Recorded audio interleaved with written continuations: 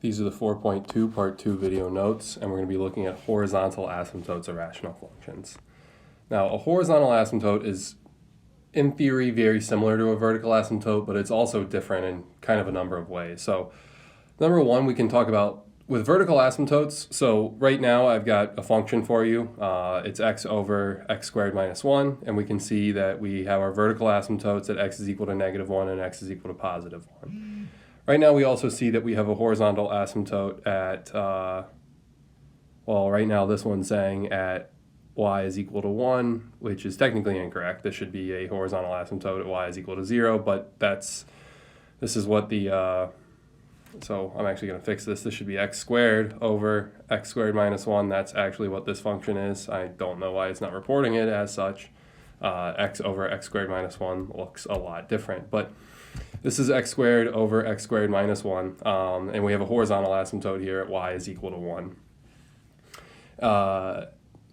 And what we see here is horizontal asymptotes are all about as x approaches infinity and as x approaches negative infinity. So what I can see here as x approaches negative infinity, as I move towards the left, my function is getting a lot closer to this y is equal to 1. My y values are approaching 1. Just like over here, as x approaches positive infinity, my y values are also approaching 1. They're getting closer and closer to 1. So as my x's move in the negative direction, as my x's move in the positive direction. When we compare this with the polynomials, when we compare this to like a positive even function, whereas x approaches negative infinity, y approaches infinity, where it was going up and up and up forever, with our horizontal asymptotes, I'd say with the majority of rational functions, we're going to end up approaching just like a general y value, and that general y value ends up being our horizontal asymptote. So with our rational functions, as they get larger and larger x values, they're going to be approaching 9 times out of 10 a specific y value. The only time that's different is when we're looking at horizontal asymptotes, or when we're looking at slant asymptotes or oblique asymptotes, and you'll get those examples towards the end. All right, so again, approaching infinity, we are talking about how x approaches infinity here. We are looking as our x values get really, really large, what's happening to our y values. We've spoken about approaching infinity a little bit with polynomials. We've talked about the end behavior there. Polynomials, it's a lot easier to see. We're used to linear functions. We're used to polynomials. We're used to these functions that end up getting really, really big when we have really, really big x values. But that doesn't always happen with rational functions due to the nature of the fact that it is a fraction. And we're going to quickly see how when x approaches infinity, when x gets bigger and bigger and bigger, y values kind of tend to approach specific numbers because of the fact that these are fraction values. So we're going to move on to what is a proper rational function. A proper rational function is a rational function where the degree of the numerator is less than the degree of the denominator. And again, when I'm talking about degree here, we're talking about highest coefficient. So an example of a proper rational function would be x squared minus 1 over x cubed. This is a proper rational function because my degree of my denominator is greater than the degree of my numerator. And again, this can be anything. Like I could have x to the 77th over x to the 85th, and it's still greater. Or I could have something that's crazy up top. I could have a much longer numerator over denominator. All of these are proper rational functions because the degree of my denominator is consistently greater than the degree of my numerator. I can see 3 is bigger than 2, 85 is bigger than 77, x to the 4th is greater than x cubed. Well, in these cases, your horizontal asymptote is always y is equal to 0. Whenever you have a larger degree in your denominator than your numerator, your horizontal asymptote is always 0. Now, why is this? Why does this work? Well, when we think about this, when I plug x is equal to infinity into x squared, what you get is a really big number. Infinity squared is still infinity. So infinity squared minus 1 is still infinity, just like infinity cubed is still infinity. So you end up with infinity over infinity, which is an indeterminate number. We don't know what infinity over infinity is. This is entirely theoretical.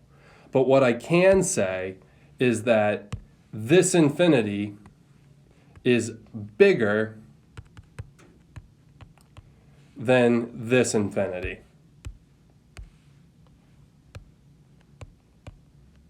Now, what do you mean by a bigger infinity versus a smaller infinity? Well, it's just thinking about a cubic versus a squared function. So if I talk about let's just pick a random number, 5. 5 cubed is 125, 5 squared is 25. That's a really big difference, and 5 is a really small number. When we think about all the numbers in the world, I am talking about 5, and we already have a difference of 100 more.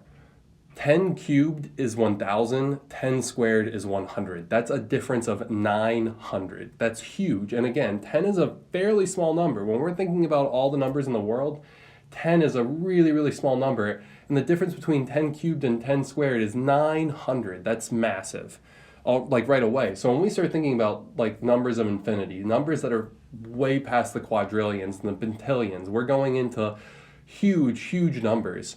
Well, that number cubed is going to be so much bigger than that number squared, unimaginably bigger. It's basically like shooting peas at an elephant.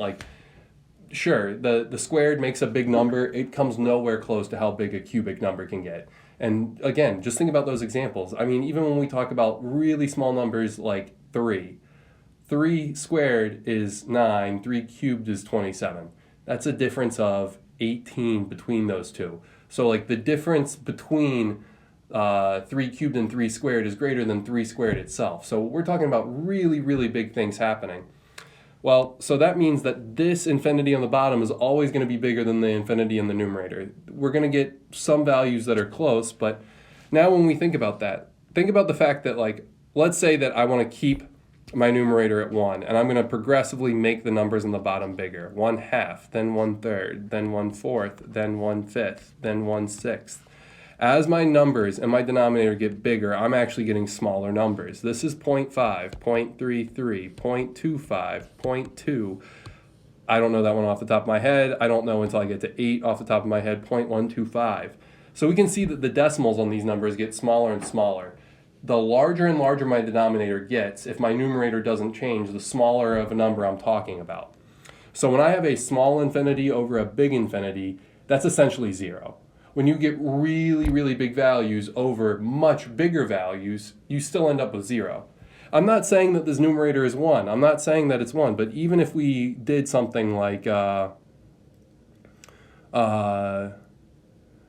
even if we grew our numerator, if our denominator was growing much larger, it's still going to get there. Let's say that I'm going to make a numerator, and that numerator is going to grow by 1 each time.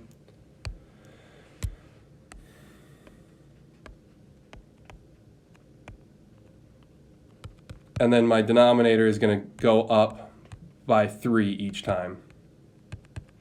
And I'm going to start with 1 over 2, and then I'm going to do 2 over 5, and then I'm going to do 3 over 8, and then I'm going to do 4 over 11. Well, again, each one of these numbers is getting smaller and smaller and smaller. 1/2 is bigger than 2/5, that's 0.5 to 0.4, is bigger than 3/8, that's 0.4 to 0.36 something, versus 4 over 11, which is again,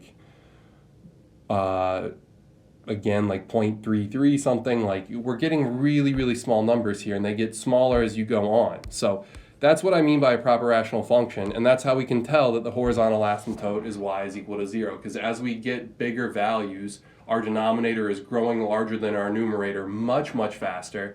And then when your denominator is larger than your numerator and continuously getting bigger than your numerator, it gets closer and closer to 0. I'm going to show you a few of these functions on Desmos, and then we're going to start thinking about it in terms of actually making a table of values that Desmos will provide us and seeing how these values get closer and closer to 0. But that's what a proper rational function is, and that's how we can tell what our asymptote is. Now, there are 3 types of improper rational functions, and kind of technically 2, but there are 3. And we have all these possibilities here. Don't think about these possibilities. I've pulled them from the book. This is something to reference. I'm going to give you a better chart at the end. I'm going to write it on the homework slide so that way you have it. It's something that students should constantly be referencing. Something that students, these are simple rules that you just have to remember, and students tend to forget them all the time. This is something that I'm constantly writing on the board. you make sure you pay attention to the chart I give you in the homework slide. It gives you all the information you need. And if you're not paying attention to that, that's letting me know that you're just not taking the time to like look at your notes and take down good notes on your improper rational functions. So the first thing we have is improper equal degrees. Well, when you have an improper equal degree, the rule is your horizontal asymptote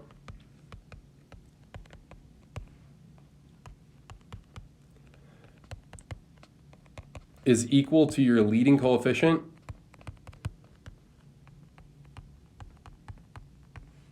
over your leading coefficient. And when we think about this, because again, this is like when I plug in 2 times infinity plus 7 times infinity minus 4 over 3 times infinity squared. Again, like all of this ends up kind of not mattering. That just kind of goes away. And I'm really just kind of looking at this. Well, infinity squared over infinity squared, they kind of match up, so I end up with 2/3. I realize like there's a lot of theory happening there, and you might be asking like, how did you just get rid of that plus 7x minus 4? Well, if you think back to polynomials, when we did 2x squared plus 7x minus 4, when we zoomed out, we saw how much similar that graph just looked to 2x squared. So again, that's where like that question from my quiz comes in. As we get large values of the absolute value of x, what does my function look like? Your function looks like 2x squared. Just like on the bottom, your function is 3x squared. So I can kind of just eliminate those back 2 terms. I can stop thinking about this. These terms don't matter when I'm approaching infinity because the graph just ends up looking like that 2x squared. So I end up with 2x squared over 3x squared. And if I plug infinity in, I get 2 times infinity squared over 3 times infinity squared. And they cross out because that basically means that I've got those same numbers. Again, when I have that plus 7x minus 4, it's like shooting peas in an elephant. It's not doing much to change that number. Yes, there's a slight change. Yes, it is slightly bigger when we have that 7x in there. It's like a slightly larger number, but that doesn't really affect it all that much. And what ends up happening is our graph is going to get closer and closer to 2/3 because it crosses it out. So what I say here is that my horizontal asymptote is just y is equal to 2/3 because that was the leading coefficient over the leading coefficient. I can look down here. I've got 15x to the 7th over 30th x to the 7th. I can see that I've got equal degrees. Both of these are x to the 7th. So I just look at my leading coefficient. I've got 15 over 30. So that means my horizontal asymptote is just y is equal to 15 over 30, which is going to simplify down to 1/2. So if I have equal degrees, I just look at my leading coefficients and then divide them, and that's what my horizontal asymptote is. And I've explained the theory. I realize the theory is a little bit confusing, but again, we're going to be looking at this on Desmos to see how this applies, how our numbers still just get close there, even though we have these huge terms, even though we have these massive terms, just kind of how a fraction works based off the nature of fractions, based off the nature of polynomials, what it looks like when we're approaching infinity. It just is going to generally get closer and closer to 1/2. All right, now when we start having improper degrees where the numerator is greater. So whenever numerator is greater, do polynomial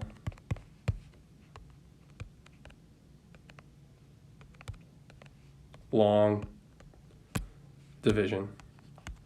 So if your numerator is greater than your denominator, you're going to have to do polynomial long division.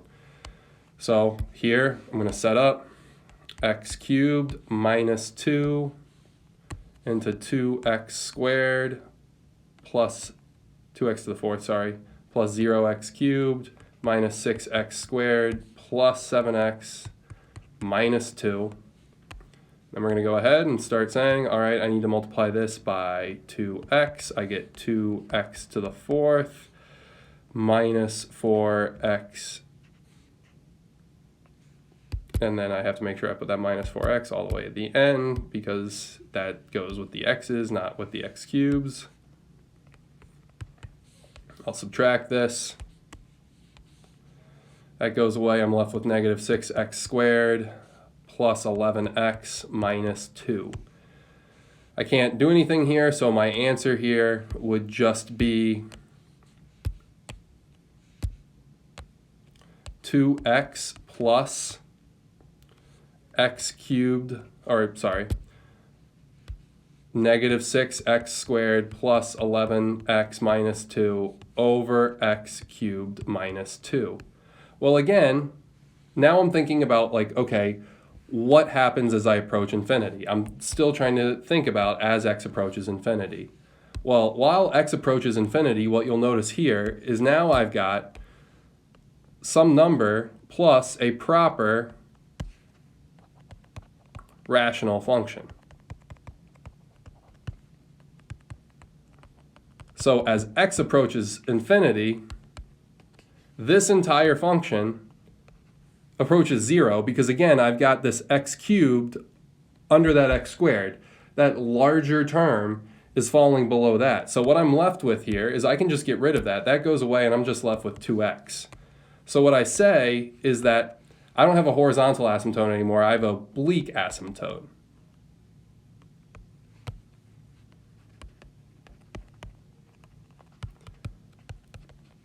And this oblique asymptote also goes under the name of slant. So you can call it a slant asymptote or an oblique asymptote. Oblique is the real mathematical term. Slant is kind of a slang term. And then I say your oblique asymptote is y is equal to 2x, which means as you graph this function, it's going to get closer and closer to the line y is equal to 2x, both as x approaches negative infinity and as x approaches infinity. So as I'm looking at very large magnitude values of x, my graph is going to look very, very similar to the line y is equal to 2x. Again, I'm going to show you this on Desmos. We're going to look at it on Desmos. We're going to see what this looks like together as a class. We're going to talk about that more. The important thing is like we're learning the rules and we're remembering what our rules are. And then finally, improper greater degrees 2. So here, yet again, I've got a function that we have to do long division for. That doesn't change. So I end up with x squared minus 4 and I'm going to divide this entire function by this.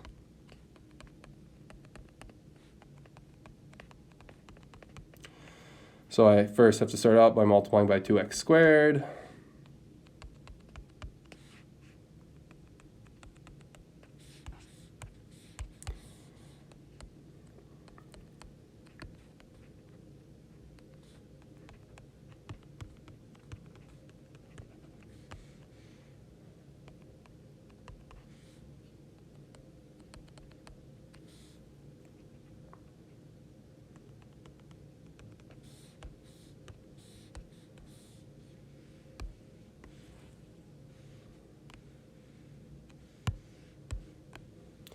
Keep doing my long division here. I end up with 6x squared minus 16x plus 8.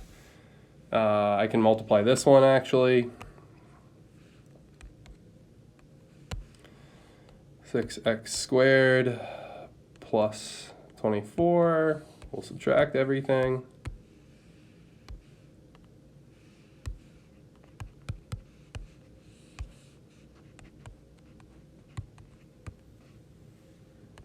So we end up with negative 16x minus 16. I can't do this anymore. So again, it's just like when I write out my answer here, I've got 2x squared minus 8x plus 6, and then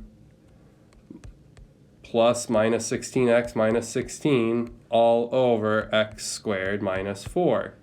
And again, I'm not just thinking about it like this. I'm thinking about this as x approaches infinity. And again, as x approaches infinity, I've got I've got a proper rational function at the very end. So since I have this proper rational function, this is essentially equal to 0. So I can get rid of that, and I can say that I've got y equals 2x squared minus 8x plus 6. And now this is no longer an asymptote because it's not a line.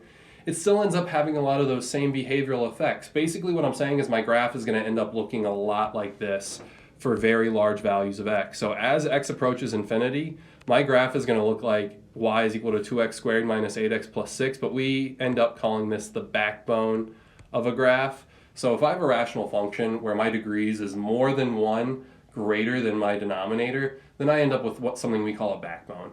It still like applies, it still has the same concept as a horizontal asymptote, a slant asymptote. It's going to follow along. It's going to look a lot like this function. It's just no longer a linear function. And since it's not linear anymore, we don't call it an asymptote. We call it a backbone. It's something that's very simple. I'm not going to throw a ton of these types of questions your way. It's something that you should be aware of, and it's something that I do think is cool. And we're going to look at this all on Desmos. I'm going to show you this much more so that way we can see it theoretically on Desmos.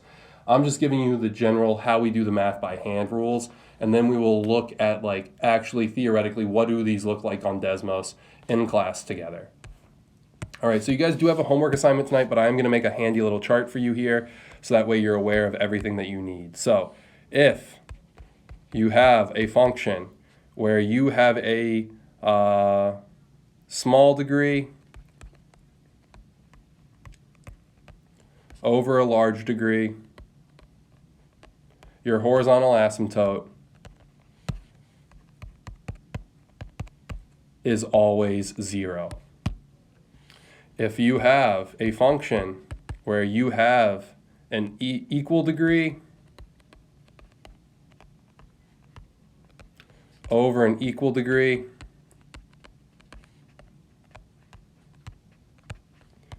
you will have a horizontal asymptote where y is equal to the leading coefficient divided by the leading coefficient.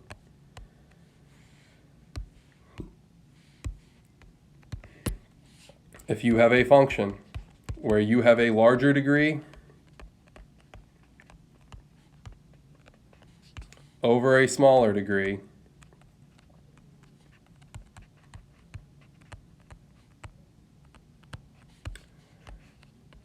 your oblique asymptote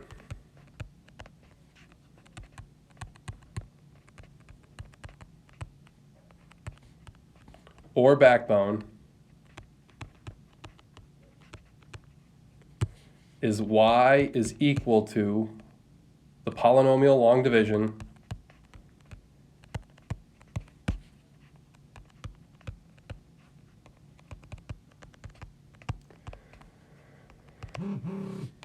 without the remainder.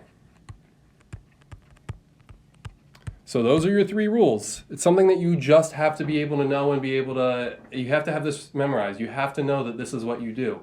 If you're constantly asking like, how do I tell when I do the polynomial long division? It's something that I'm going to just point you back to legitimately this slide. I'm going to say, look at the homework side of your 4.2 part 2 notes. It's right there. If you have a small degree over a large degree, your horizontal asymptote is always y is equal to 0. If you have an equal degree over an equal degree, your horizontal asymptote is always y is equal to your 2 leading coefficients divided by each other. And if you have a larger degree over a smaller degree, you always have an oblique asymptote or a backbone, and then it's always going to be y is equal to the polynomial long division without the remainder, because your remainder is a proper rational function, and that means it's just equal to 0. If you have any questions or concerns, please reach out as soon as you can, and have a great night.